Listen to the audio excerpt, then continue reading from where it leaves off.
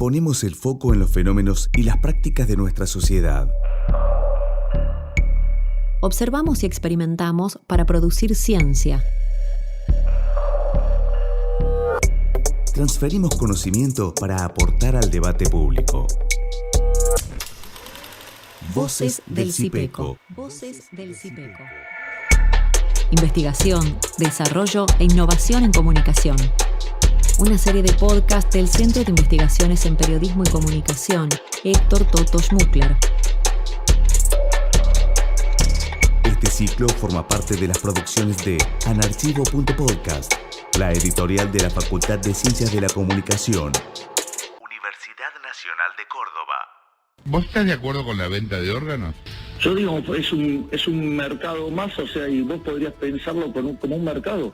Es decir, el problema es, ¿por qué, digamos, o sea, todo lo tiene que estar regulando el Estado? ¿Por qué, digamos, seguramente si vos tuvieras, de hecho hay estudios que están hechos en Estados Unidos, que si vos dejaras esos mercados libres, digamos, funcionarían muchísimo mejor y tendrías menos problemas. Es decir, es una decisión de cada uno, o sea, digamos, a ver, ¿por qué no puedo decidir sobre mi cuerpo? Lo primero que podría decir es un fenomenal corrimiento a la derecha de lo decible, de lo opinable. Y si uno piensa qué era lo que se podía decir, qué era lo que ocupaba lugares centrales y periféricos en el decir social hace 10 años y piensa lo que sucede ahora, lo que observa es una regresión conservadora bastante particular, bastante intensa. El corrimiento en el espacio público de lo que puede ser dicho tensa la discusión política en la esfera pública. Obliga a reflexionar sobre las condiciones en las que se producen y circulan expresiones que fomentan la hostilidad, la discriminación y la violencia. En este contexto, el discurso político ocupa un lugar central, en tanto es una referencia para debatir los temas que nos interesan como sociedad. El Observatorio Campañas Electorales, radicado en CIPECO, analiza los discursos políticos que circulan en medios de comunicación y redes sociales. Jair Bonfiglio dirige este observatorio.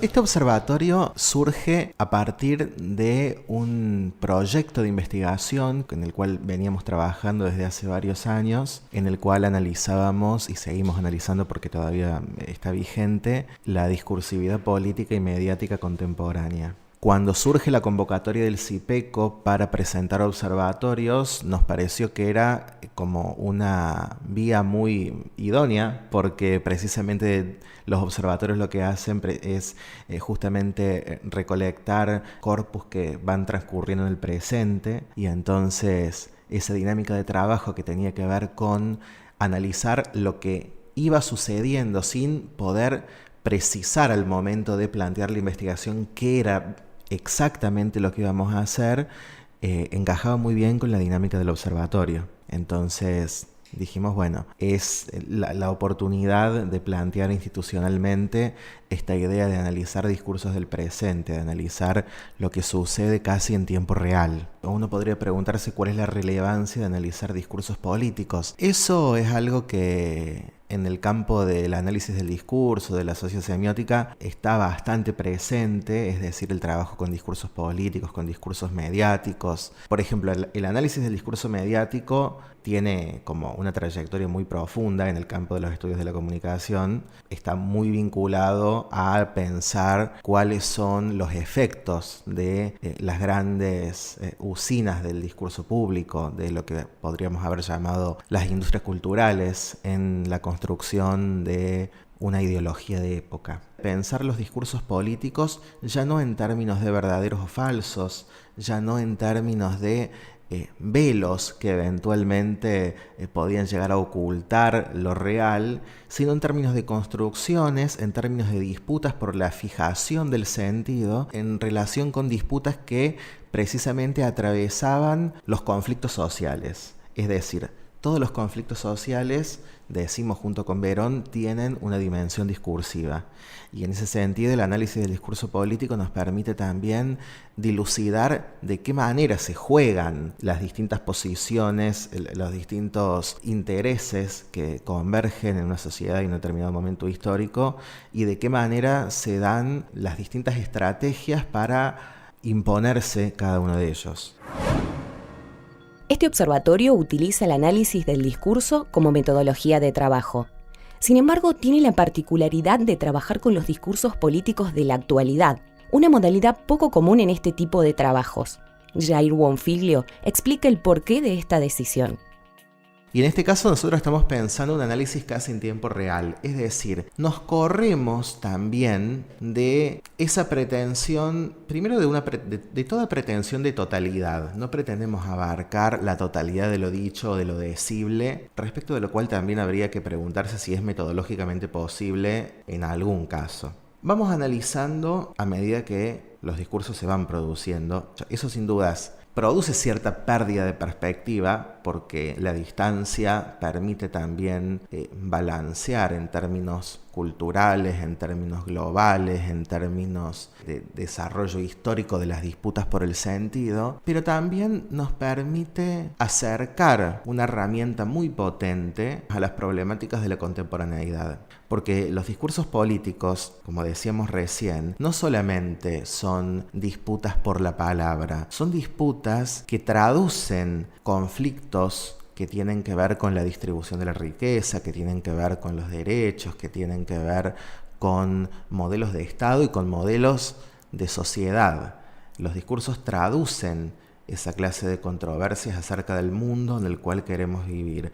Y entonces analizar de qué manera se desarrollan esas controversias permite también desmontar el modo como muchas veces se naturalizan ciertas realidades o por ejemplo, se argumenta en torno a una determinada posición o se construyen incluso identidades. Por ejemplo, pensar cómo van mutando las identidades políticas contribuye también a pensar por qué en una determinada sociedad y en un determinado momento histórico elegimos vivir como vivimos y no de otra forma. Los medios de comunicación juegan un rol fundamental a la hora de legitimar discursos. Por eso es importante monitorearlos a la hora de analizar qué intereses y disputas ideológicas se dan en el seno de la esfera pública. La importancia de los medios de comunicación en la definición de las identidades políticas es clave desde que aparecieron las industrias culturales a esta parte y cada vez más, porque vivimos en sociedades cada vez más mediatizadas donde ya no son solamente, por ejemplo, la televisión, la radio, los diarios, los medios que definen opinión pública, sino que también hay, redes sociales y demás dispositivos. Los discursos periodísticos se parecen cada vez más a los discursos políticos y cada vez vemos más programas periodísticos donde aparece una figura o varias mirando a cámara pero prácticamente gritando o arengando en un sentido o en otro. No es nuevo decir que los medios engendran candidatos porque lo hemos visto incluso en otros países desde hace muchos años. Y eso está ocurriendo, con cada vez más intensidad en Argentina. Pensamos en candidatos como Milei, por ejemplo, cuyo modelo de llegada, diría también Verón, no tiene que ver ni con una militancia política, ni siquiera con un trabajo social, sino con una función de panelista televisivo. Podemos pensar en otros nombres también, y en otras candidaturas y en otras legislaturas, como por ejemplo Amalia Granata, como por ejemplo Viviana Canosa, que también se estaba diciendo que podía llegar a ser candidata. Entonces hay allí una relación que es muy estrecha, que es muy indisociable entre medios y política, con un protagonismo singular de la derecha, quizás porque la mayoría de los medios pertenecen a ese espectro ideológico. Si uno hace un análisis también más cualitativo y no tan sostenido en encuestas de opinión pública, también encuentra que hay un espacio para los discursos conservadores que es ciertamente mucho más amplio, pero además mucho más legitimado desde los grandes medios de comunicación y desde las instituciones políticas, por ejemplo los partidos que participan, digamos, desde lugares de importancia en el espacio público, que hace 10 años. Digo, uno podría hacer ese corte pensando en décadas y ver de qué manera ha cambiado drásticamente lo que puede ser dicho y lo que puede ser dicho de manera legítima y de manera audible, lo que puede interpelar a un votante, a un ciudadano. Estás escuchando Voces del CIPECO. Investigación, desarrollo e innovación en comunicación. Las redes sociales son un fenómeno relativamente nuevo en la esfera pública, y si bien no han destronado a los medios tradicionales de comunicación como los máximos formadores de opinión, tienen lógicas propias y particularidades que son interesantes de dilucidar. Twitter es una red que sigue lógicas muy particulares, es una red atravesada por un discurso particularmente violento, donde tienen lugar lo que hoy algunos llaman discursos de odio, que podríamos llamar, digamos, discursos que construyen un enemigo, un adversario que debe ser eliminado. En Twitter, estos discursos que, por lo menos en Argentina, representan las derechas, tienen un lugar muy preponderante. Y tanto es así que es donde más activos están los candidatos del espectro de las derechas. Digamos, si hablamos de las dos grandes fuerzas que hoy dominan la discursividad política de la derecha, que podríamos decir el espectro libertario y Juntos por el Cambio, tienen mucha participación en Twitter, pero además generan un sentido de comunidad. Yo creo que logran interpelar a un tipo de usuario que no solamente está dispuesto a escuchar, a participar en una conversación en esos términos violentos, sino que también produce y reproduce esos discursos que generalmente dan cuenta de criterios de regresividad en los derechos, de criterios de no distribución de los recursos, de criterios que hacen a modelos políticos autoritarios y represivos. El observatorio viene analizando las diferentes identidades políticas y las transformaciones que presentan en el orden de lo que puede o no ser dicho en el espacio público. Jair Bonfiglio cuenta algunas de las transformaciones que se han dado en los últimos 10 años. Ha habido una derechización del discurso público y del discurso político en particular muy notoria en los últimos años, y respecto de ese núcleo de la derecha es que aparece el Frente de Todos como un espacio que incorpora a sujetos y a líderes que, pese a sus diferencias, afirman una identidad común como negación de esa exterioridad, digamos, radicalmente distinta. Hace 10 años eso no existía. Al no haber existido ese afuera, esa derecha tan intensa allí afuera, bueno, existía la posibilidad de que las diferencias se dirimieran hacia adentro de lo que podríamos llamar, en términos generales y seguramente injustos, el progresismo. En el 2015 decíamos, de pronto la derecha logró irrumpir en el discurso público, legitimarse y ganar una elección. Y hoy no solamente que lograron ganar una elección, sino que también lograron correr cada vez más hacia la derecha los límites de lo decible. Hoy podemos hablar de si está bien o mal vender órganos, que era algo que hace 10 años no se discutía. Más allá de lo que opine cada uno, el hecho de que hoy se puedan discutir ciertas cosas y antes no, da cuenta también de un cambio en la decibilidad social. Esta mañana escuchaba a un candidato que hablaba de los indios que tomaban tierras en la Patagonia. Ese significante indios había caído en desuso. Y hace unos años quedaba mal decirlo. Y un líder político nunca lo hubiese dicho porque decirlo hubiese significado algún efecto negativo en cuanto a su recepción. Y hoy se puede decir. Entonces, creo que en esta historia reciente del discurso político, lo que tenemos quizás como rasgo más distintivo es la derechización del discurso público en general y del discurso político en particular, la irrupción de un conservadurismo, sobre todo entre los más jóvenes, y la posibilidad de expresar ideas intensamente conservadoras en general.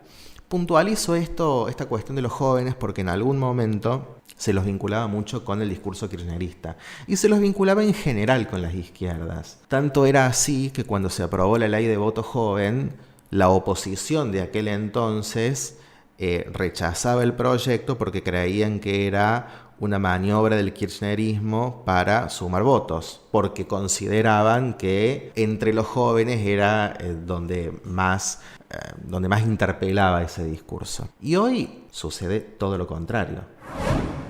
En este entramado, el observatorio se interesa por estudiar cuáles son las figuras ideales de los jóvenes que construyen los diferentes espacios políticos y las diferencias que existen entre estas construcciones.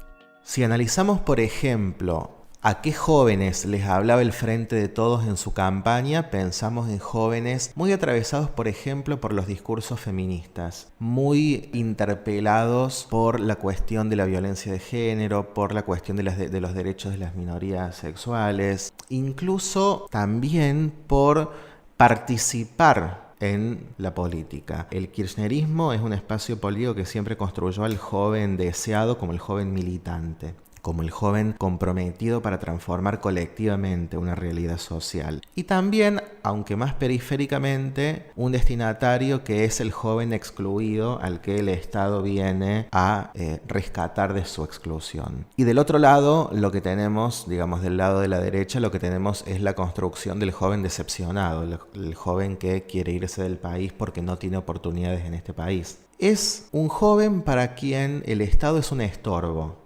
Construyen a los jóvenes como dueños de un potencial de desarrollo que, sin embargo, en este país no encuentra un camino posible, y entonces, si bien se lamentan, pero a la vez legitiman una idea que se instala también mucho desde los discursos mediáticos, que es que los jóvenes argentinos emigran masivamente y se van masivamente del país, cuando eso, no tiene respaldo estadístico. Pero es el joven al que le hablan. Es un joven molestado por el Estado. Hasta aquí compartimos información del Observatorio de Campañas Electorales y escuchamos a su director, el especialista Jair Buonfiglio. El equipo del observatorio se completa con María Belén Liendo, Lucía Pildain, Julieta Salinas y Paula Oviedo. En el inicio del episodio, escuchamos un fragmento del programa Periodismo para Todos, en el que se entrevista al presidente del partido de derecha La Libertad Avanza, Javier Milei. El perfil de ayudantes y adscriptes es el de estudiantes o graduados en comunicación, letras, ciencia política y otras carreras vinculadas a las ciencias sociales que hayan cursado semiótica o materias afines y estén interesados en profundizar su formación en análisis del discurso político. También alumnos de doctorados o maestrías en comunicación, semiótica y ciencia política. Te invitamos a contactarte con el observatorio enviando un mail a cipeco@fcc.unc.edu.ar. Este es uno de los 9 episodios de la serie Voces del Cipeco. Voces del Cipeco es un podcast realizado por la editorial Anarchivo junto a la Secretaría de Ciencia y Tecnología, Facultad de Ciencias de la Comunicación, Universidad Nacional de Córdoba. Coordinación General, Marta Pereira y Paula Morales. Producción y guionado, Marco Tonelli y Florencia Brandolini. Locución de Jessica Primitz, Lucrecia Ullate y Leonardo Sánchez. Artística, Ignacio Zablowski. Realización, Multimedia Estudio. Te invitamos a escuchar la serie completa en anarchivo.podcast.